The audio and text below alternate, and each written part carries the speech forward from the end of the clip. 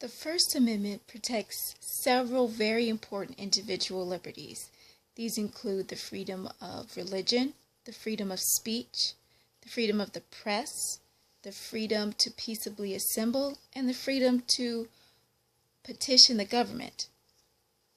What this amendment actually means and how it should be applied has been a major source of controversy throughout United States history.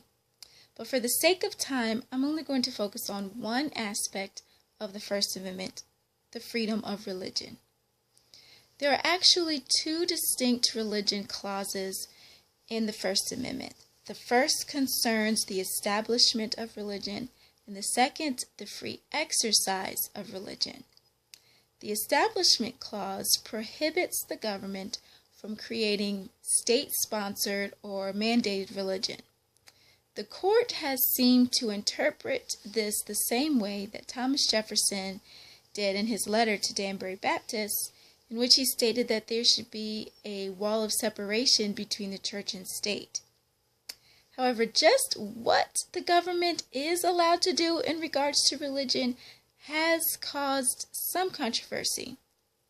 In a landmark case in 1947, Everson v. Board of Education, the court ruled that a New Jersey law that allowed for the reimbursement of transporting students to schools, even parochial schools, was not a violation of the Establishment Clause because this law served a secular purpose and applied to all citizens without regard to religion.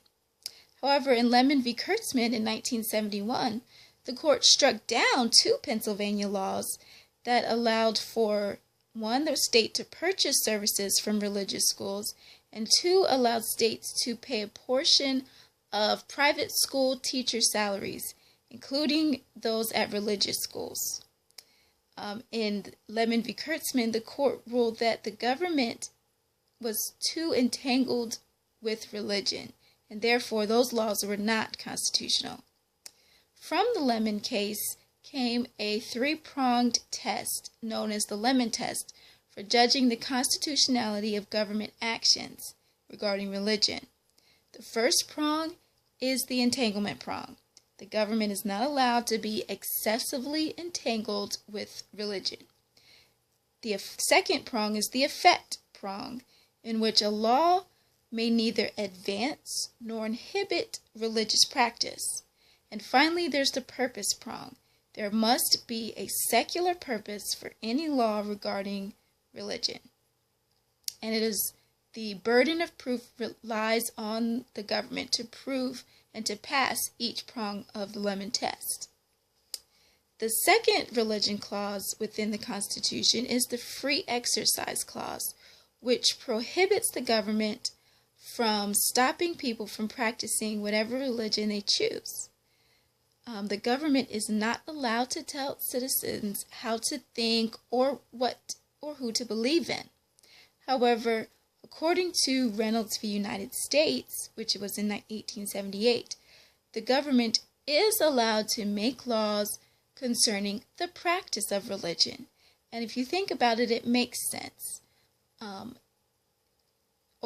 If the government was not allowed to regulate the practices of religion, then it would have to protect religious practices, even those as extreme as, say, human sacrifice. So the government can protect and regulate certain practices. Now, how they regulate practices, the court has kind of established another test for it, which has been called the compelling interest test. In 1963, in Sherbert versus Verner, the court adopted this compelling interest test, in which the government is responsible to prove that it does not unduly burden the practice of religion without having some compelling public interest, such as health or safety. Now, although the religion clauses of the First Amendment were meant to protect citizens, it seems that right now there's been an attack on Christianity. The religion clauses have been used to outlaw prayer and Bible reading in public schools. There have even been cases where students have been told they can't even bring their Bible to school. Religious displays on public property have been outlawed, and even there's been a push to have the phrase "under God" removed from the Pledge of Allegiance and on the money. Even as recent as last October, a group of pastors in the city of Houston were subpoenaed and they were demanded to turn over their sermons regarding homosexuality. And any of those who didn't comply were be held in contempt of court. This is why it is so important for Christians to understand their rights, to know what the laws say and what they mean and how they're supposed to be applied, so that when the time comes, we can stand up for ourselves if somebody is trying to infringe upon our rights and tell us that we can't practice our religion, we can't worship in the way that we need to and want to. Thank you.